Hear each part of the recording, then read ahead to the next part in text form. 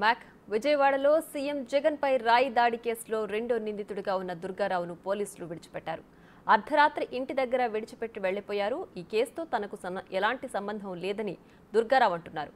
ఎందుకు అరెస్టు చేశారో చెప్పాలని డిమాండ్ చేస్తున్నారు.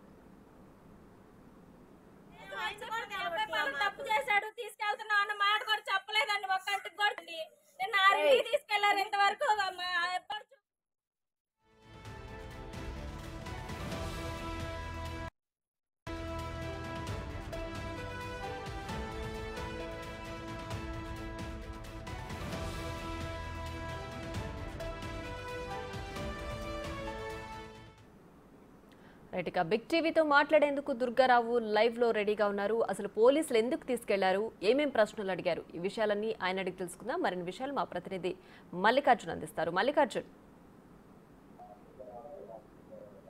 ప్రియా, ప్రస్తుతం మనతో వేముల దుర్గారావు ఎవరైతే ఏటుగా భావిస్తా ఉన్నారో పోలీసులు, ఆయన వేముల దుర్గారావు మనతో ఉన్నారు. ఆయనతో కూడా మాట్లాడారు.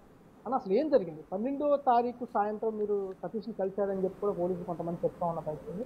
సతీష్ ఎలాంటి పరిచయం ఉంది? అసలు సతీష్ని కలిశారు మీరు? సతీష్ని అసలు నేను కలవలేదు.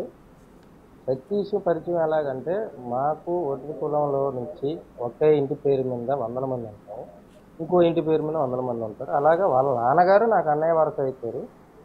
అంతేగాని వాళ్ళ నాన్నగారు పలానా కొడుకులు ఇద్దరు కానీ మాకు మొహమొహాలు తెలిసి ఉంటాయి, అంతే పరిచయం తప్ప సతీష్ నాతో ఉన్నాడు, సతీష్ నాతో తిరిగాడు అని మాత్రం ఎటువంటి ఇది లేదు.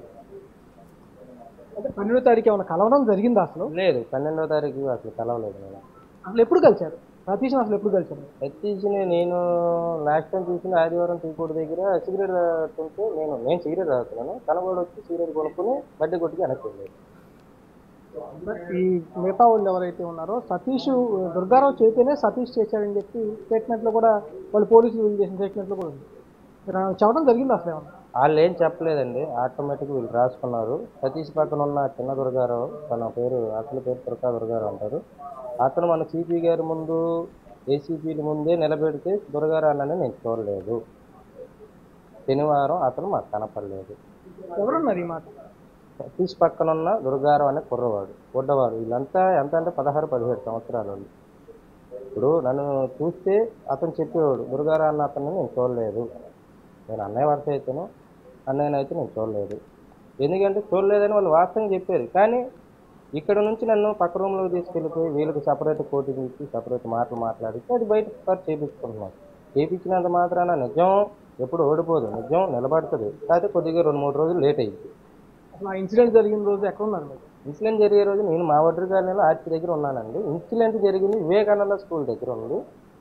ఇన్సిడెంట్ జరిగిన టైంలో మాత్రం నేను అసలు డాబాకోట్ సెంటర్లో లేను. డాబాకోట్ సెంటర్ 2 బంకులు వెనక సైడు మాకు తెలిసిన వాళ్ళు పార్టీ ఆఫీసులో అక్కడ కూర్చొని సరదా మాట్లాడుకుంటున్నాం. ఈలోపు ఇన్సిడెంట్ జరిగిందని తెలిసింది. ఎన్ని గంటలకు తెలిసింది ఇన్సిడెంట్ జరిగింది? 8:15, 8:20 ఆ మధ్యలో, 8:30 అయితే ఇంచుమించుగా అయితే నాకు తెలిసి 8:30 మధ్యలో అయింది. ఎగ్జాక్ట్గా అయితే చెప్పలేను. మా ఆర్చి దగ్గర నుంచి అయితే 8ంటికి బస్సు పాస్ అయ్యి వెళ్ళిపోయింది. ఎవరైనా ఫోన్ చేశారు మీకు చెప్పడానికి? నాకెవరు చేయలేదు.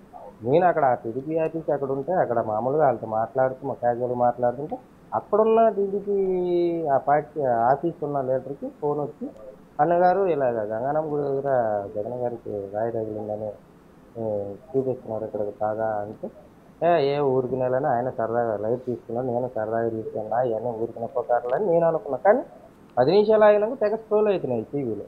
సరే స్క్రోల్ అవుతుంది. ఇప్పుడు గంగానం గుడి దగ్గర తగిలినప్పుడు గంగానం గుడి దగ్గర చూసుకోవాలా, మా ఒడ్డు కాలనీలో ఎందుకు వస్తున్నారు? అక్కడ జనాలు లేరా?